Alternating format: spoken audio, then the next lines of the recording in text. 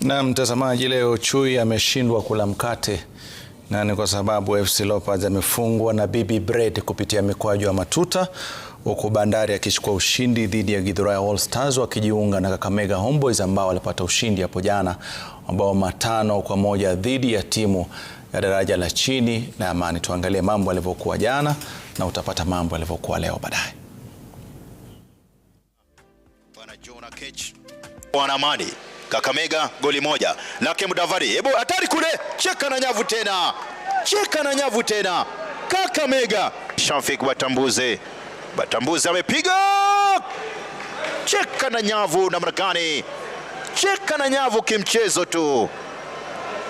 Namna gani, hawana pressure.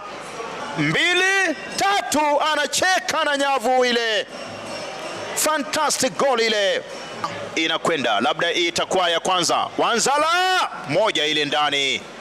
Victor ameweka 1-0. Center refa anasema ngoma imefika mwisho. Ni mechi ya kwanza iliyoanza majira saa 7 nimeweza kumalizika kwa ushindi wa timu yake Patrick Odhiambo.